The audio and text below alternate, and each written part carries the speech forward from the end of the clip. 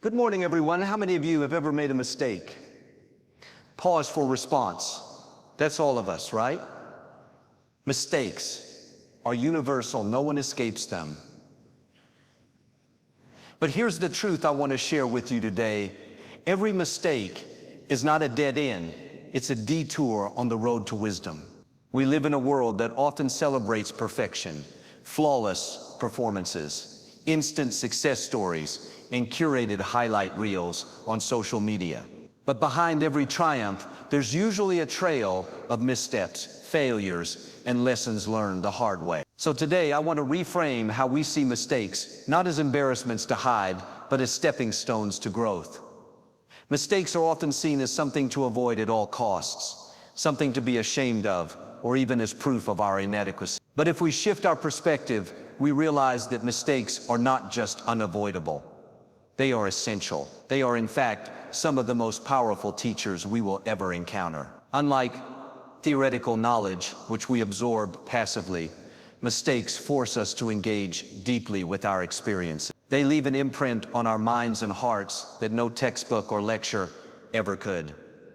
Think about learning to walk. No child masters this skill without falling repeatedly. Those stumbles and tumbles are not failures. They are part of the process. Each time a child loses balance, their brain registers what went wrong and adjusts accordingly. The same principle applies throughout life. When we make a mistake, our minds instinctively analyze what happened, why it happened, and how to avoid repeating it. This active learning is far more effective than passively receiving information.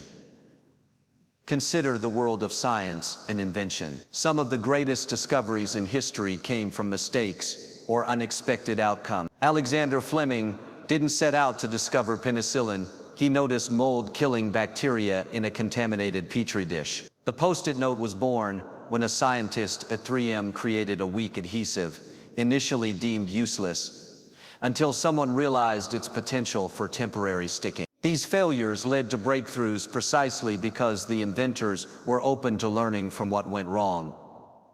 In our personal and professional lives, mistakes serve a similar purpose. A missed deadline teaches us about time management. A strained relationship teaches us about communication. A financial misstep teaches us about budgeting. These lessons stick because they come with real consequences and emotions. The frustration, embarrassment, or disappointment we feel creates a mental bookmark, ensuring we remember the lesson far better than if we'd simply been told what to do. The fear of making mistakes can be paralyzing, especially in cultures that prioritize perfection. But this fear often holds us back from taking risks, trying new things, or pushing boundaries. Imagine if Thomas Edison had given up after his first few attempts at the light bulb. Instead, he famously treated each failure as a discovery of another way not to do it. His willingness to embrace mistakes accelerated his progress. When we adopt this mindset, we free ourselves from the pressure of being right all the time and open ourselves up to exponential growth. Mistakes also reveal our blind spots. No matter how much we prepare,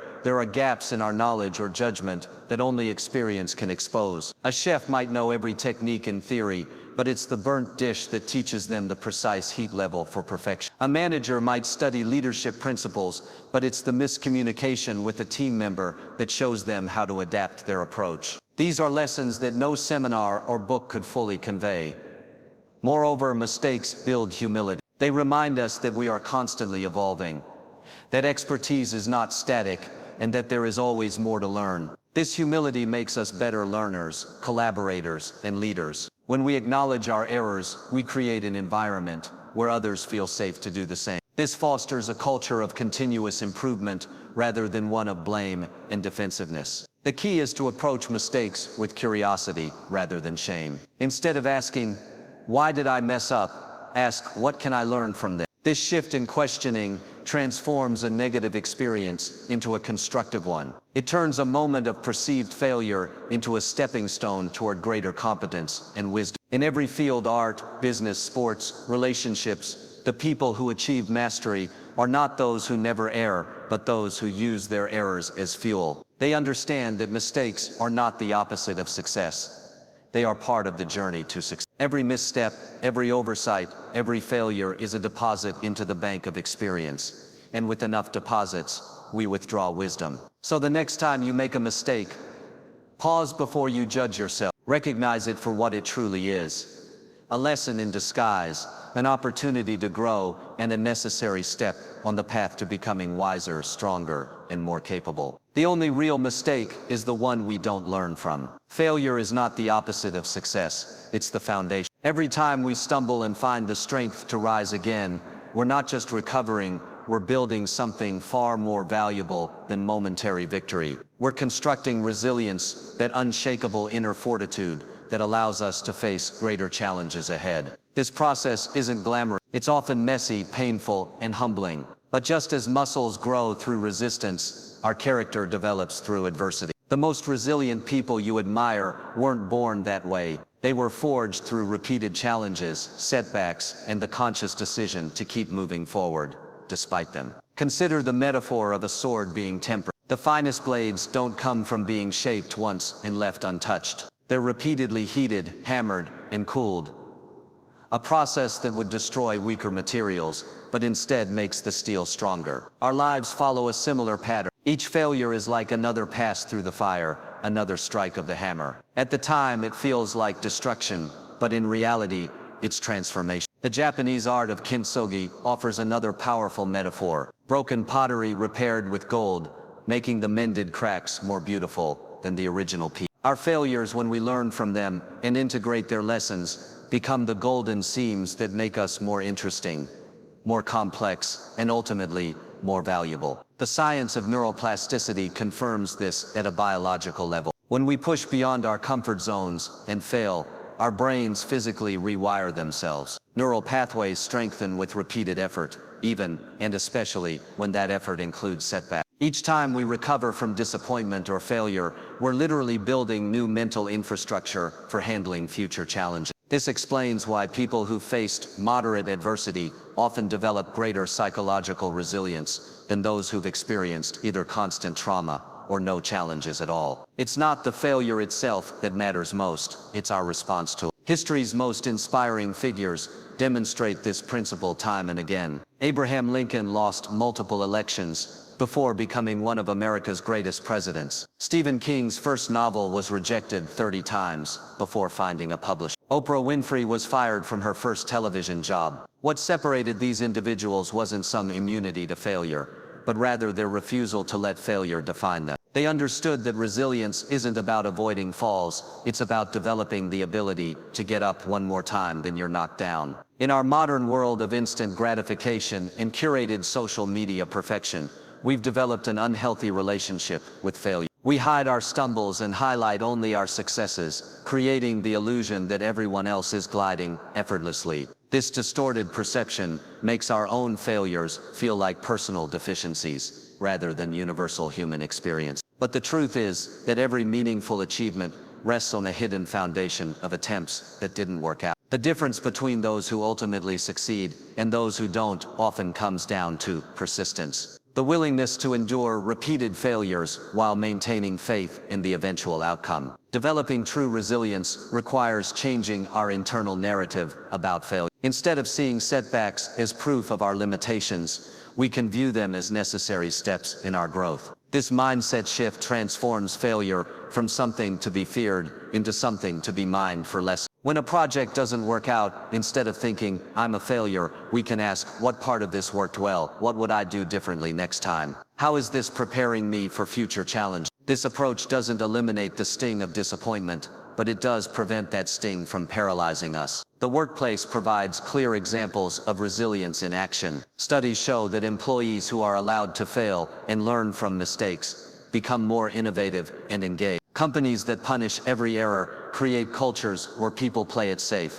avoiding risks that could lead to breakthroughs. Similarly, in our personal lives, relationships that survive honest mistakes and repairs often become stronger than those that never face challenge. The key is maintaining commitment to growth through the difficult periods. Resilience isn't about toughing it out alone either. Part of bouncing back stronger is knowing when to seek help, whether that's advice from a mentor, support from friends, or professional guidance. The myth of the self-made person who never needed anyone is just that, a myth. True resilience includes the wisdom to recognize when we need resources beyond ourselves.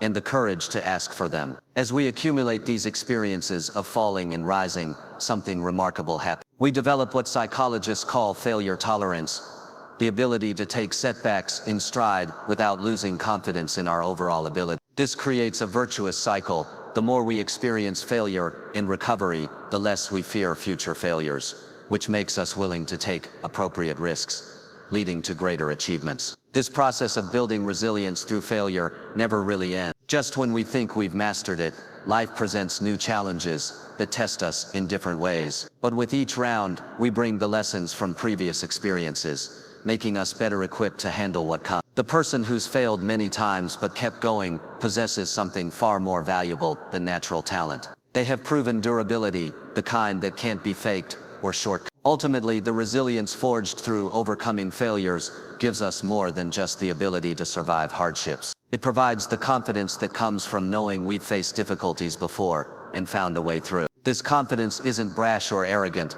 it's quiet and deep, the kind that allows us to take on meaningful challenges without the paralyzing fear of what might go wrong. We come to understand that while we can't control every outcome, we can control our persistence, and that makes all the difference. The next time you face failure, remember, you're not losing, you're training. Every setback is another repetition in the gym of resilience, making you stronger for whatever comes next. The most successful people aren't those who never fail, they're simply those who failed the most times, but refused to stay down. That's the power of resilience. It transforms what could be the end of your story into just another chapter. Innovation rarely emerges from a straight path of flawless execution.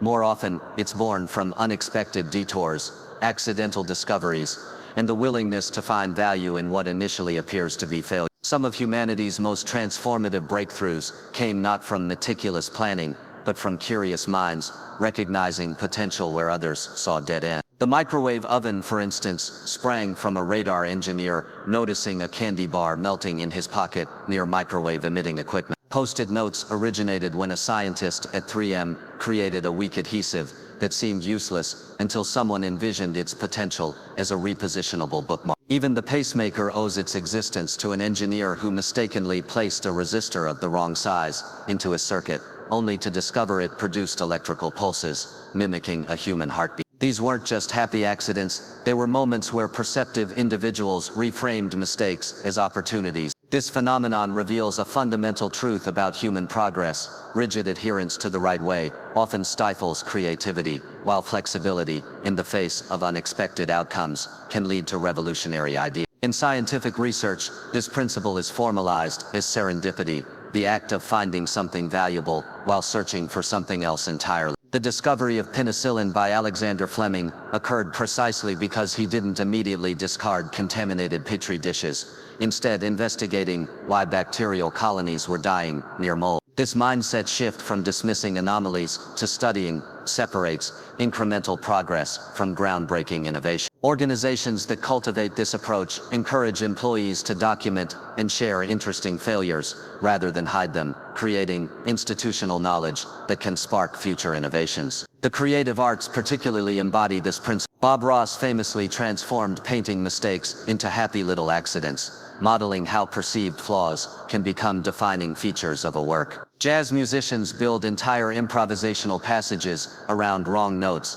integrating them into new melodic directions. In writing, editorial constraints or accidental deletions often force authors into more creative solutions than their original plans would have yielded. These examples demonstrate how limitations and errors can serve as creative catalysts, pushing practitioners beyond conventional thinking into unexplored territory. The common thread isn't just tolerating mistakes, but actively mining them for unexpected value, a skill that becomes more valuable in our rapidly changing world. Modern entrepreneurship has institutionalized this approach through concepts like the pivot, where startups fundamentally redirect their business models based on what isn't working. Twitter began as Audio, a podcasting platform that became obsolete when iTunes dominated the space. Rather than persisting with a failing model, the team observed how employees were using their internal messaging system, recognizing its broader potential. This ability to adapt to treat initial plans as hypotheses rather than dogma distinguishes thriving businesses from those that cling to outdated models. The lean startup methodology formalizes this by emphasizing rapid prototyping,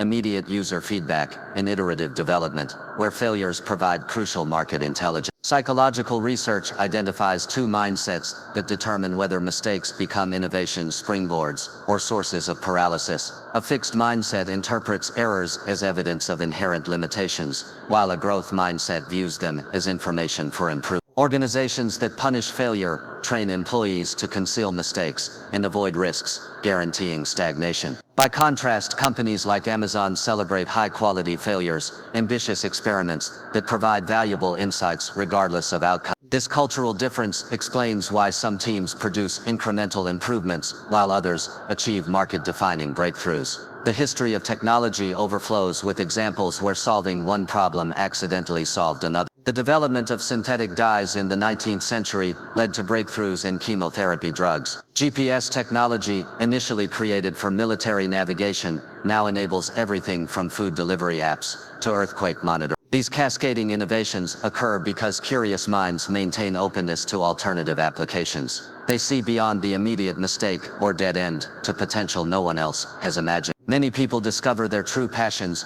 or strengths through what initially seemed like wrong turns. The college major they didn't complete, leading to a career they love. The failed relationship that taught them what they truly value in partnership. These aren't just silver linings, they're demonstrations of how non-linear paths often yield richer outcomes than rigid plans. The key lies in maintaining enough awareness to recognize these opportunities amid disappointment. In education, progressive institutions are shifting from penalizing mistakes to leveraging them as learning tools. Physics classes analyze incorrect solutions to reveal misconceptions. Language teachers encourage communication over perfect grammar. This approach doesn't lower standards. It recognizes that deep understanding develops through identifying and correcting errors, not avoiding them. When students learn to analyze mistakes without shame, they develop the innovative thinking skills our complex future demands. The common thread across all these examples is perceptual flexibility, the ability to see beyond intended outcomes and predefined notions of success. In a world where change accelerates exponentially, this adaptability becomes our most valuable asset. The organizations and individuals who thrive will be those who don't just recover from mistakes, but who know how to reinterpret them as potential turning points. They understand that innovation isn't about avoiding wrong turns, but about developing the vision to recognize when a wrong turn has led somewhere remarkable. This principle extends beyond products and discoveries to how we approach daily problem solving. The mistake of oversalting a dish becomes the discovery of a new flavor profile. A failed experiment in classroom management reveals a better way to engage. What makes these moments transformative isn't luck, but the practiced habit of asking, what does this unexpected result make possible? The answer often points toward progress that deliberate planning might never have achieved. Ultimately, our capacity for innovation depends less on avoiding errors than on developing what might be called serendipity literacy, the cultivated ability to spot potential in the unpredictable. This requires equal parts curiosity, courage, and the humility to admit that our first attempts are rarely our best. By reframing mistakes as the raw material of discovery rather than the waste products of effort, we position ourselves not just to adapt to change, but to drive. The future belongs not to those who never err, but to those who know how to read the hidden messages in their mistakes. Humility is the quiet soil in which true wisdom takes root. When we stumble, when we fail, when we make mistakes that leave us flushed with embarrassment, we're presented with a profound choice: to armor ourselves with defensiveness, or to open ourselves to the humbling but transformative power of self-reflection. This latter path, the willingness to be humbled by our errors, does more than just correct our course. It fundamentally reshapes how we move through the world and connect with others. The most grounded, approachable, and ultimately wise people you've met weren't those who projected perfection, but those who had clearly been shaped by their struggles and emerged with both strength and softness. There's an alchemy that occurs when we allow mistakes to humble us.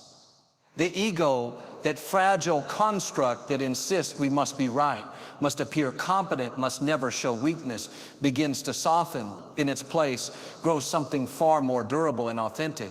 The understanding that growth matters more than appearances, that learning supersedes posturing. This shift doesn't diminish our confidence. Paradoxically, it grounds confidence in something real rather than performative. Think of the difference between a leader who can't admit errors and one who says, I got that wrong, here's what I've learned. The former commands surface-level respect born of fear. The latter earns deep trust born of humanity. This humbling effect of mistakes serves as an antidote to one of the most pervasive but unacknowledged obstacles to growth, the illusion of competence. Psychological research shows we're remarkably poor at self-assessment. Most people rate themselves as above average in skills ranging from driving to leadership, a statistical impossibility. Mistakes shatter these comforting illusions, providing the friction that keeps us from sliding into complacency. The student who aces every test without effort often struggles when finally encountering material that doesn't come easily, while the student who has grappled with failure develops the resilience and metacognitive skills to tackle harder challenges. Being humbled by mistakes creates what psychologist Carol Dweck calls a growth mindset. The understanding that abilities can be developed through effort, strategy, and help from others. The connection between humility and empathy is equally profound. When we've experienced the sting of our own shortcomings, we're far quicker to extend grace to others and theirs. This creates ripples through relationships and communities. The doctor who remembers her early diagnostic errors treats junior colleagues with patience. The manager who recalls his leadership missteps mentors others with compassion. Even in parenting, those who can acknowledge their mistakes raise children more comfortable with their own imperfections. Contrast this with environments where mistakes are hidden, hospitals where errors go unreported, workplaces where employees conceal gaps in understanding, and the difference in psychological safety and collective learning becomes stark. History's most enduring figures often exemplify this humility born of struggle. Abraham Lincoln's early career was marked by business failures and electoral defeats that tempered his ambition with profound empathy, later enabling him to lead a divided nation with uncommon grace. Scientist Marie Curie maintained her intellectual curiosity precisely because she viewed each discovery as revealing how much more remained unknown. Even fictional heroes like Harry Potter or Luke Skywalker grow not through unbroken success, but by facing their limitations and learning to ask for help. There's a reason these narratives resonate. They reflect the universal truth that true strength comes not from invulnerability, but from the courage to be vulnerable. In our personal lives, humility transforms how we approach conflict. A partner who can say, "I mishandled that argument," opens the door to reconciliation. The friend who acknowledges forgetting an important date strengthens rather than strains the relationship through honest accountability. These small acts of humility, often born of previous relationship mistakes, create bonds far deeper than surface perfection ever could. They communicate that the relationship matters more than ego, a realization that often only comes after we've seen how fragile connections become when we prioritize being right over being connected.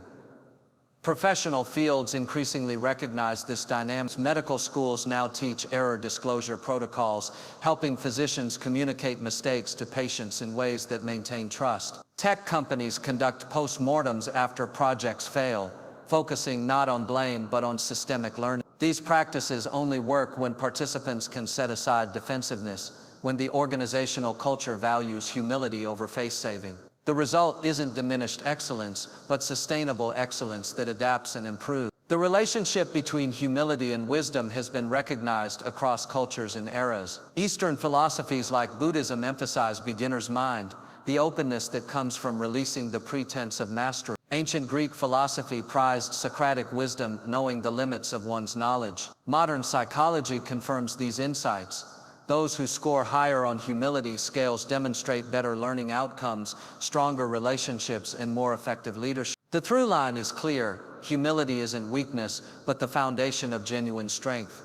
This transformative power of humility extends to how we face life's inevitable uncertainties and changes. The person who hasn't been humbled by mistakes often resists new information that contradicts their views, doubling down in what psychologists call the backfire effect. By contrast, those accustomed to learning from errors develop what's called intellectual humility, the ability to hold beliefs lightly, update opinions based on evidence, and engage constructively with opposing perspectives. In an era of rapid change and complex challenges, this adaptability becomes not just virtuous but essential. The practice is simple though not easy.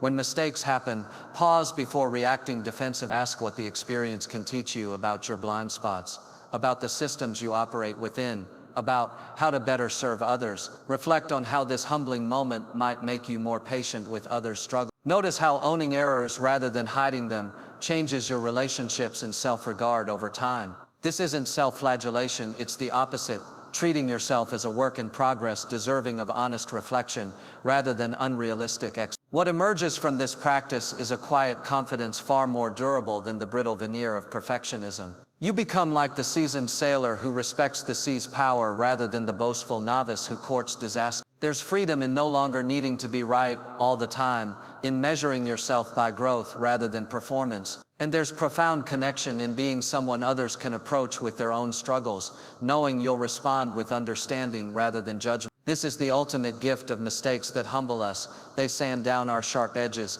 making us more solid within and more approachable without. They transform us from people who fear errors into people who mind them for wisdom, who understand that being humbled isn't the end of the story, but the beginning of a better one. The Latin root of humility is humus, meaning earth or ground. That's precisely what mistakes provide when we let them, the grounding to grow taller, the soil to bear richer fruit. The way we interpret our mistakes determines whether they become stumbling blocks or stepping stones. Most people instinctively react to failure with self-criticism, asking, "Why did I mess up?" or "What's wrong with me?" questions that trap us in shame and paralysis. But when we shift our focus to "What can I learn from this?" or "How can this make me better?" we transform setbacks into setups for growth. This mental pivot doesn't happen naturally. It's a conscious choice, a disciplined reframing that separates those who stagnate from those who evolve.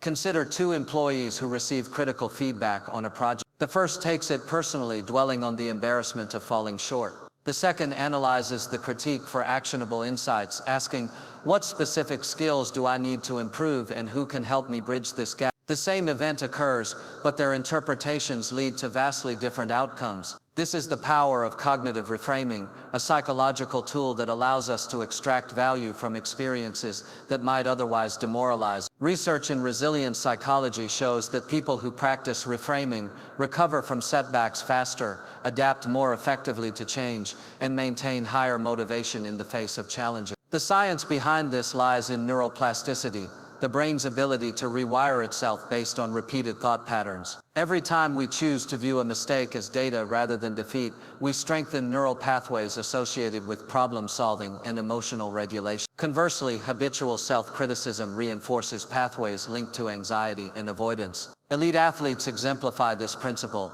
After a loss, they review game footage not to berate themselves, but to pinpoint technical adjustments. Surgeons conduct morbidity and mortality conferences, not to shame colleagues, but to institutionalize learning. These professionals aren't immune to disappointment, they've simply trained themselves to subordinate emotion to improve. This reframing becomes especially crucial when dealing with productive failures, mistakes that occur when venturing beyond current abilities. A child learning math may struggle with a new concept, but that struggle signals cognitive effort that leads to deeper understanding. An entrepreneur's first failed venture often teaches more about markets and execution than any MBA program. The key is distinguishing these growth-inducing stumbles from toxic failures caused by carelessness or ethical lapse. One deserves analysis, the other accountability, but both require moving beyond "Why did this happen?" to "What does this make possible?" Relationships thrive or wither based on similar reframes. Couples who view conflicts as threats tend to avoid difficult conversations,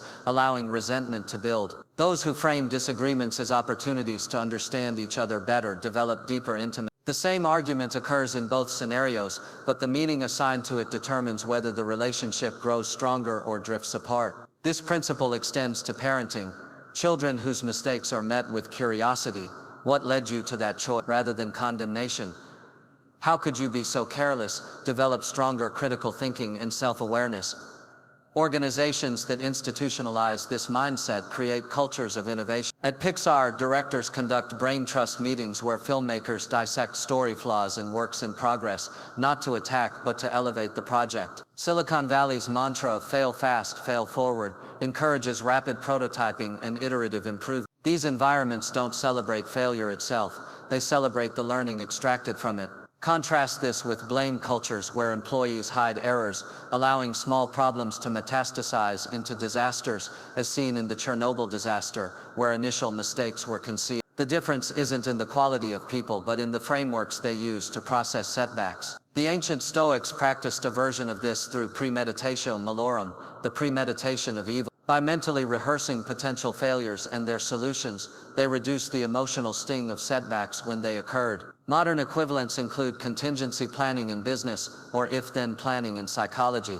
If X goes wrong, then I'll do Y. These strategies work because they preemptively reframe problems as puzzles to be solved, rather than catastrophes to be feared. Applying this requires catching our automatic negative thoughts and deliberately reshaping them. When a project falters, instead of "I'm terrible at this," try "This reveals where I need to focus my development." When rejected, rather than "I'm not good enough," consider "This wasn't the right fit. What can I learn to attract better opportunities?" The facts remain the same, but the narrative empowers rather than diminishes. Journaling can cement this practice. Writing down failures alongside lessons extracted creates a tangible record of growth over time. This reframing extends to how we perceive others' mistakes as well. Leaders who ask what systemic factors contributed to this error, rather than who screwed up, uncover root causes that prevent future issues. Teachers who frame students' wrong answers as revealing misconceptions, rather than demonstrating ignorance, create classrooms where intellectual risk-taking flourishes. Even socially, viewing someone's gaffe through a lens of compassion, "We've all been there," rather than judgment, fosters connection over alienation. The ultimate power of reframing lies in its ability to reveal agency where we initially feel helpless. Every mistake contains multiple truths: the immediate consequence, which we often can't change, and the future application, which we control completely. By training ourselves to spotlight the latter, we transform life's inevitable stumbles into a personalized curriculum for excellence, one where we're both the student and the architect of our own growth. Progress over perfection is not just a comforting mantra, it's the fundamental operating principle behind every meaningful achievement in human history. The obsession with perfection paralyzes, while the pursuit of progress empowers. Consider the artist who never exhibits work because it's not flawless, the writer who endlessly edits a first draft but never publishes, or the entrepreneur who delays launching until every hypothetical scenario is solved. These aren't examples of high standards, they're case studies in self-sabotage disguised as virtue. The alternative path, embracing imperfect action, recognizes that all great things evolve through iteration. The first iPhone lacked copy-paste functionality. Facebook launched only for Harvard students. Amazon began by selling just books. None were perfect, but all were good enough to start, learn, and improve. This principle contradicts much of our cultural conditioning. From school grades to performance reviews, we're trained to view mistakes as penalties rather than portals. But examine any mastery journey, whether in sports, arts, science, or business, and you'll find a messy middle full of adjustments. Michael Jordan missed over 12,000 shots in his career. Rowling's initial Harry Potter manuscript was rejected by 12 publishers. What separated these icons wasn't innate perfection, but their commitment to progress despite imperfection. Modern psychology confirms this approach. Studies on the progress principle show that small wins create momentum and motivation far more effectively than waiting for major breakthrough. The act of moving forward, even imperfectly, triggers dopamine release that fuels continued effort, creating a virtuous cycle of effort and reward. The fear of imperfection often stems from cognitive distortions, specifically all or nothing thinking, that categorizes outcomes as either perfect successes or total failures. This binary view ignores the spectrum of improvement where most growth occurs. A pianist doesn't leap from novice to virtuoso in one flawless performance, they progress through thousands of imperfect practice sessions. Similarly, scientific breakthroughs rarely emerge from flawless theories, but from hypotheses tested, adjusted, and sometimes abandoned. The Wright brothers' first powered flight lasted just 12 seconds, a modest achievement by today's standards, but a monumental proof of concept that paved the way for modern aviation. Their genius lay not in perfecting flight immediately, but in demonstrating controlled powered flight was possible, then systematically improving their design. Organizations that embrace progress over perfection create cultures of experimentation. Tech companies use minimum viable products, basic but functional versions of new offerings, to test ideas quickly in real markets. Design firms employ rapid prototyping, creating rough models to gather user feedback early in the process. These approaches recognize that premature perfection is wasteful. It's better to discover flaws when they're cheap to fix. The same applies to personal growth. Waiting to speak a new language until you've mastered grammar means you'll never convert. Delaying career moves until you feel 100% qualified often means someone less capable but more action-oriented takes the opportunity.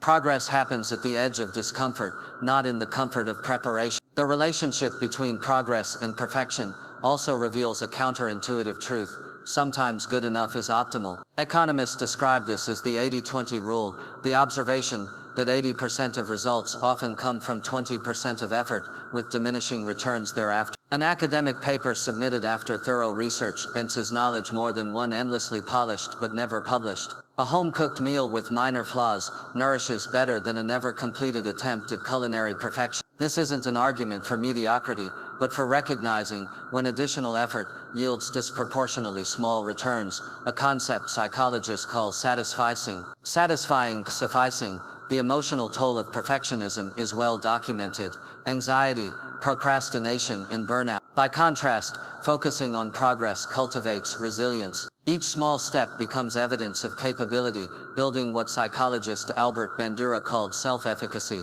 the belief in one's ability to succeed. This explains why students who track incremental learning gains often outperform peers fixated on perfect scores, or why employees who set progress goals, e.g. improve presentation skills by practicing weekly, report higher job satisfaction than those chasing perfectionistic standards. The former group measures themselves against their past selves, the latter against an impossible ideal. History's most influential creators understood this dynamic. Leonardo da Vinci left numerous works unfinished, yet his completed pieces revolutionized art and science. Marie Curie's notebooks reveal years of trial and error before her Nobel Prize-winning discoveries. Their legacies weren't built on getting everything right the first time, but on persistent progress despite setbacks. Modern innovators follow this pattern. Elon Musk's companies celebrate failure as tuition paid for education. SpaceX's early rocket explosions weren't career enders, but learning opportunities that led to reusable launch systems. Implementing this mindset requires practical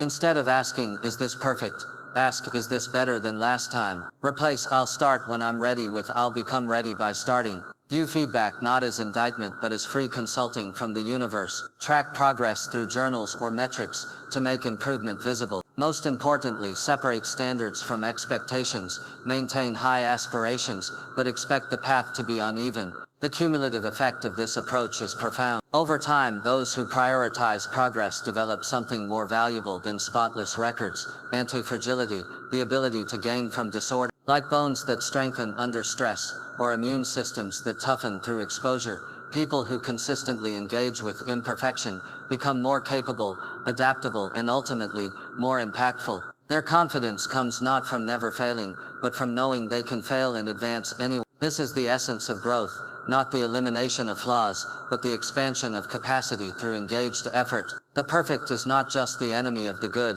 it's the thief of the great. All meaningful contributions, from raising children to building companies to creating art, require operating in the messy reality of constant adjustment. The choice isn't between perfection and failure, it's between stagnation and evolution. Those who embrace progress, with all its imperfections, don't just achieve more, they become more. Their lives become testaments, not to flawless execution, but to the power of showing up, stumbling, learning, and continuing forward, one imperfect but progressive step at a time.